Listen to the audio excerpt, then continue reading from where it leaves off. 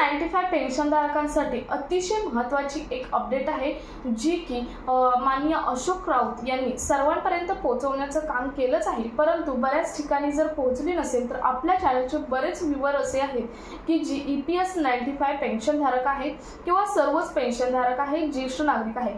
त्यामुळे आजचा व्हिडिओ अतिशय महत्त्वाचा पेन्शनधारकांसाठी असणार आहे, त्यामुळे व्हिडिओ स्किप न करता शेवटपर्यंत पाहायचं। चॅनलवर पहिल्यांदा आला असेल तर अशाच महत्त्वपूर्ण अपडेट्ससाठी चॅनल सबस्क्राइब करा, शेजारील बेल आयकॉन सुद्धा ऑन करून ठेवा, म्हणजे असेच महत्त्वपूर्ण अपडेट तुमच्यापर्यंत रेग्युलर पोहोचत राहतील। तर नमस्कार, मी पूनम आणि तुम्ही पाहत आहात पुन्हा एक नवीन अपडेट। तर EPS 95 पेन्शनधारकांचे बरेच आंदोलन झाले। तुम्हाला माहित आहे ऑक्टोबरमध्ये त्यांना एक परिपत्रक लेखी पत्रक म्हणजेच लेखी लेटर सुद्धा जारी केलं होतं, रायटिंग लेटर सुद्धा जारी केलं होतं। या लेटरमध्ये सुद्धा ज्या ज्या त्यांच्या मागण्या आहेत त्या मागण्या आम्ही पूर्ण करू असं आश्वासन म्हणता उल्लेख सुद्धा केला होता। तर त्याच लेटरवरती अजूनही कोणत्याही प्रकारचं अपडेट आलेलं नाही। याच संदर्भात माननीय कमांडर अशोक राऊत NSCचे अध्यक्ष, राष्ट्रीय अध्यक्ष माननीय कमांडर अशोक राऊत यांनी एक महत्त्वपूर्ण अपडेट दिलेले आहे।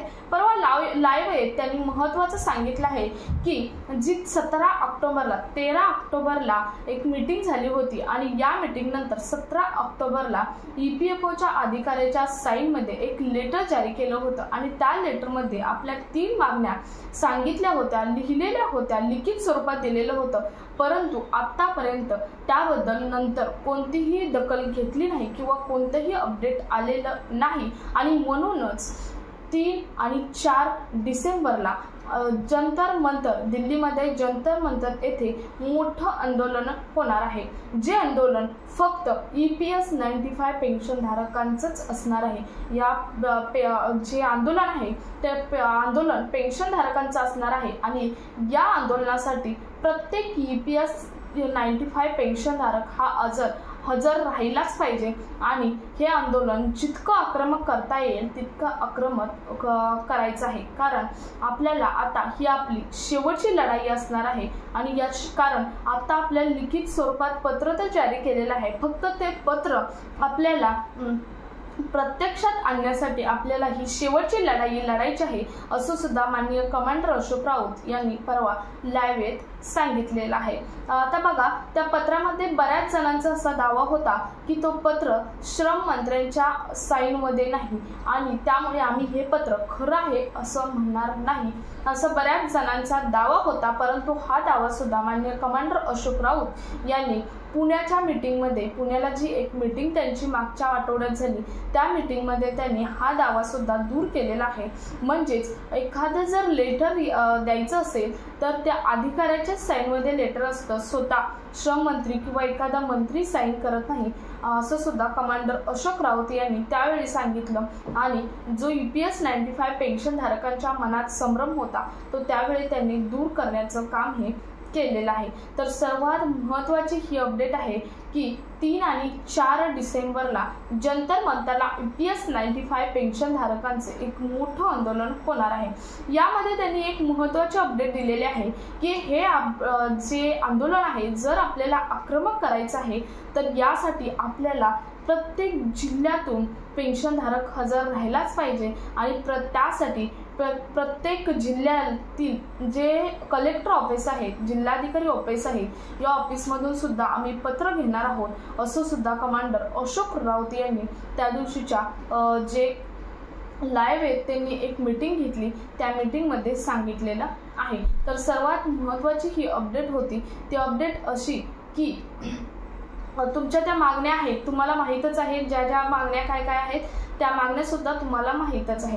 त्यामुळे जंतर मंतरला 3 आणि 4 डिसेंबर महिन्यामध्ये जी आंदोलन आहे त्या आंदोलन होणार आहे, त्यामुळे जास्तीत जास्त EPS 95 पेन्शनधारकांनी या आंदोलनामध्ये सहभागी होण्याची रिक्वेस्ट सुद्धा माननीय कमांडर अशोक राऊत यांनी केलेली आहे। त्यामुळे तुम्ही जर एक पेन्शनधारक असाल तर जास्तीत जास्त या आंदोलनामध्ये सहभागी व्हा असं कमांडर अशोक राऊत यांनी सांगितलेलं आहे। त्यामुळे आपल्या चॅनलचे बरेच व्ह्यूवर हे EPS 95 पेन्शनधारक आहेत। त्यामुळे आपल्या चॅनलच्या माध्यमातून सुद्धा तुमच्यापर्यंत एक महत्त्वाचे अपडेट पोहोचवण्याचं काम आम्ही केलेलं आहे। सो तुमचं यावरती काय मत आहे हे कमेंटमध्ये जरूर तुम्ही सांगू शकता। त्या अगोदर दुसरे एक आंदोलन होणार आहे, ते म्हणजे जे कर्मचारी आहेत ते कर्मचारी आणि पेन्शनधारक या दोघांसाठीही आंदोलन आहे। ते म्हणजे 25 आणि 26 नोव्हेंबरला एक आंदोलन होणार आहे। काल त्याची प्रेस कॉन्फरन्स झाली। ती प्रेस कॉन्फरन्स मी ऐकली। बरेच हिमाचल प्रदेश असेल किंवा महाराष्ट्र असेल, प्रत्येक केरळ असेल, प्रत्येक राज्यातून त्या मीटिंगसाठी बरेच जे कर्मचारी होते, कर्मचारी संघटनेचे अध्यक्ष होते, ते सुद्धा तिथे उपस्थित होते आणि तेव्हा त्यांनी बरेच मुद्दे त्यांचे मांडलेले आहेत। जी ओल्ड पेन्शन लागू होण्यासंदर्भातचा जो मुद्दा आहे, जो की पेन्शनधारकांना सुद्धा महत्त्वाचा आहे आणि कर्मचाऱ्यांसुद्धा महत्त्वाचा आहे।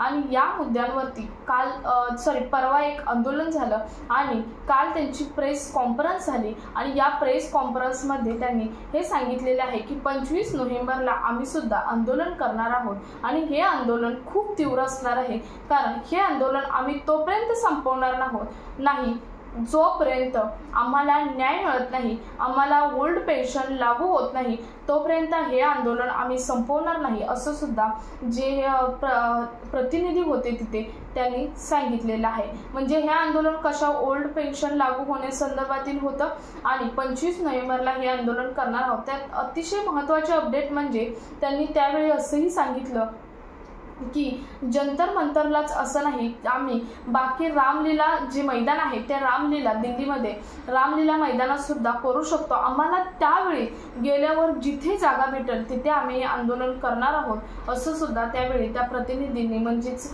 परवा जे आंदोलन झालं त्या प्रतिनिधींनी सांगितलेलं आहे। सो ही लढाई फक्त पेन्शनधारकांची नाही, तर पेन्शनधारक तथा जे कर्मचारी आहेत त्या कर्मचाऱ्यांची सुद्धा आहे, कारण कर्मचाऱ्यांना ओल्ड पेन्शन लागू होणं हे महत्त्वाचं आहे आणि हा मुद्दा बऱ्याच दिवसापासून चालू आहे।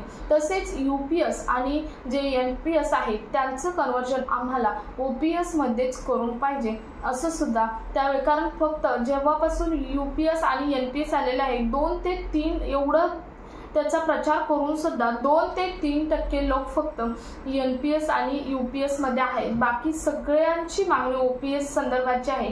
त्यामुळे सरकारने हा मुद्दा लक्षात घ्यावा की OPSच लागू करावं, असं सुद्धा त्यामध्ये मागणी करण्यात आली। म्हणजेच ओल्ड पेन्शन हीच लागू करावी। आता ओल्ड पेन्शन म्हणजे तुम्हाला समजलं असेल की शेवटच्या एखाद्या कर्मचाऱ्याच्या शेवटच्या 12 महिन्याची जेवढी सॅलरी असते त्या 12 महिन्याच्या सॅलरीच्या 50% जी आहे ती पेन्शन म्हणून मिळावी, ही मागणी आहे। बऱ्याच कर्मचाऱ्यांची हीच मागणी आहे। बऱ्याच परवाचं सुद्धा त्यांचं आंदोलन तीव्रच होतं। बरेच कर्मचारी पेन्शनधारक सुद्धा तिथे उपस्थित होते। त्याच्या अगोदर एक आंदोलन झालं होतं डॉक्टर मजिद पटेल यांच्या उपस्थितीमध्ये। त्यानंतर त्यांची वित्तमंत्र्यांसोबत बैठक झाली होती। त्यांनी सांगितलं होतं आम्ही तुमची दखल घेतो, देशाच्या फायनान्शियलचा विचार करावा लागेल, असं सांगितलं होतं। परंतु आता कर्मचारी आणि जे पेन्शनधारक आहेत यांनी थेट सरकारला आश्वासन दिलं आहे की आम्ही हे आंदोलन तोपर्यंत हटवणार नाहोत जोपर्यंत आम्हाला आमचा न्याय मिळत नाही, आम्हाला न्याय मिळत नाही तोपर्यंत आम्ही हे आंदोलन हटवणार नाही। म्हणजे सर्वात महत्त्वाची या व्हिडिओमधून अपडेट काय, तर 25 आणि 26 नोव्हेंबरला कर्मचारी आणि पेन्शन धारक आहेत त्यांची ओल्ड पेन्शन संदर्भातील म्हणजेच OPS संदर्भातील मोठं आंदोलन दिल्लीमध्येच रामलीला जे मैदान आहे तिथे किंवा जंतर मंतरला होणार आहे आणि EPS 95 पेन्शनधारक आहेत त्यांचं जे आंदोलन आहे ते जंतर मंतरला 3 आणि 4 डिसेंबरला होणार आहे। तर यात महत्त्वाच्या 2 अपडेट होता। सो तुमचे यावरती काय मत आहे तुम्ही जरूर कमेंटमध्ये सांगू शकता। सो हा व्हिडिओ जास्तीत जास्त कर्मचारी आणि पेन्शनधारकांपर्यंत शेअर करा। भेटूया पुढच्या एका नवीन अपडेट सोबत, तोपर्यंत धन्यवाद।